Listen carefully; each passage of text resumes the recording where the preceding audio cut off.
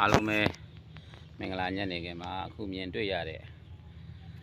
အဆောက်အဦကတော့စကိုင်းတောင်ရုံဝချက်ကြီးရွာဓမ္မသတိကျောင်းဝင်းအတွင်းမှာရှိတဲ့1984ခုကဆောက်လုပ်ထားတဲ့နှစ်ပေါင်း100ကျော်ပြီဖြစ်တဲ့ရှေးဟောင်းသိမ်ဖြစ်ပါတယ်။ဒီသိမ်တကာဒကမမိသားစုတွေကတော့သိမ်တကာဦးထူးဇနီးမတ်ချက်1984ခုဆိုပြီးပါရှိပါတယ်။အားလုံးသိကြတဲ့အတိုင်းပဲ28ရက်4လ2025နေ့လယ်ပိုင်းကလှုပ်ခတ်ခဲ့တဲ့ငလျင်တန်းကြောင့်ဤသိမ်ကျောင်းဆောင်ကြီးကအခုလိုပျက်စီးသွားတာဖြစ်ပါတယ်။ဝမ်းသာစရာသတင်းလေးကိုပြောရမယ်ဆိုရင်အဲ့ဒီညမှာပဲသိမ်တကာတူပေါ်ပါတယ်။အဲ့ဒီသိမ်တကာကတော့သမာဓိကျောင်းအတွင်းမှာဆောက်လုပ်လူတန်းထားတဲ့နေကြီးလင်းကျောင်းတကာကျောင်းအမများဖြစ်ကြတဲ့ဦးချစ်ကိုဇနီးဒေါခင်ဆွေလင်းတို့မိသားစုဖြစ်ပါတယ်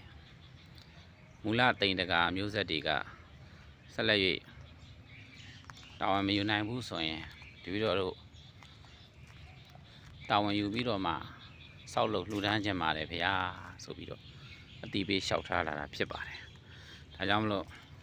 အလင်းလှုပ်တဲ့နေမကူပဲနဲ့သိမ်တကာအလူရှင်ပေါ်တာဖြစ်ပါတယ်။ဒီနေ့တော့၎င်းတို့မိသားစုကဝမ်းသာအောင်မလို့သိမ်ကိုဆောက်လုပ်လှူဒန်းခွင့်ရပြီဆိုတဲ့အကြောင်းအသိပေးလိုက်ပါတယ်။တခါကြီးမိသားစုကရှိလို့လှူတာမဟုတ်ပဲသိလို့လှူတယ်လို့ပြောလို့ရပါတယ်။၎င်းတို့မိသားစုစီးရန်ကားဝယ်ဖို့စုထားတဲ့ငွေတွေကို